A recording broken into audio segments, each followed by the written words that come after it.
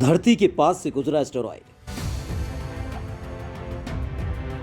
Asteroid में सवार थे एलियंस। दोस्तों, एलियंस के वजूद को लेकर लंबे वक्त से शोध चल रहा है। कई बार दूसरे ग्रह से सिग्नल भी मिले हैं जो एलियंस की मौजूदगी के दावे की पुष्टि करते नजर आते हैं। फिर भी एलियंस है या नहीं, ये एक अनसुलझी सी गुत्थी है जिसे आज भी वैज्ञानिक सुलझाने में जुटे हैं। ऐसे में हार्वर्ड यूनिवर्सिटी की तरफ से ऐसा दावा किया गया है कि आज से 3 साल पहले एलियंस धरती के बिल्कुल नजदीक से होकर गुजरे थे। दरअसल साल 2017 में सिगार के आकार का एक ऑब्जेक्ट 1.96 लाख मील प्रति घंटे की रफ्तार से धरती के करीब से गुजरा था और इसे धूमकेतु या एस्टेरॉयड माना गया था, जिसके बाद से लगातार इस पर शोध चल रहा है। ऐसे में 3 साल बाद हार्वर्ड यूनिवर्सिटी के डिपार्टमेंट ऑफ एस्ट्रोनॉमी के हेड एवी लोआब ने दावा किया है कि 19 अक्टूबर 2017 को देखी गई स्पेस रॉक यमु अनुआ दरअसल एलियन लाइफ का सबूत थी। यूनिवर्सिटी ऑफ हवाई के पेन स्टार्स 1 टेलीस्कोप ने इसे देखा था। उस वक्त एस्टेरॉयड 1.96 लाख मील प्रति घंटे की रफ्तार से धरती के बिल्कुल करीब से गुजरी थी। एवी का कहना है कि ये कोई आम स्पेस रॉक नहीं थी।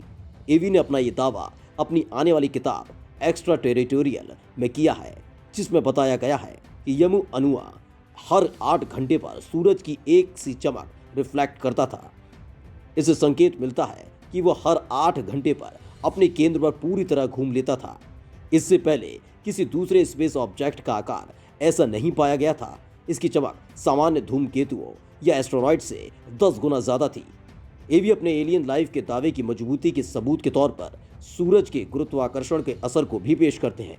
उन्होंने बताया, सूरज के करीब जाने पर स्पेस ऑब्जेक्ट्स की रफ्तार तेज हो जाती है और दूर जाने पर धीमी।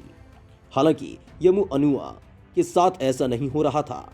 उन्होंने ये भी कहा कि किसी धूमकेतु या एस्टेरॉयड की तरह यमु अनुआ की कोई पूंछ नहीं थी और न ही इससे कार्बन के संकेत मिले। इसके चक्कर का जो रास्ता था वो अपने आप में काफी अजीब था। प्रॉक्सिमा सेंचुरी से मिली थी रहस्यमय तरंगे। अभी हाल ही में वैज्ञानिकों ने प्रॉक्सिमा सेंचुरी के ग्रह से रहस्यमय तरंगे आने का दावा किया था, जो करीब आधे घंटे तक संपर्क में रही। इस दौरान वैज्ञानिकों ने दावा किया कि पहले कभी ऐसी आवाजें नहीं सुनी गई।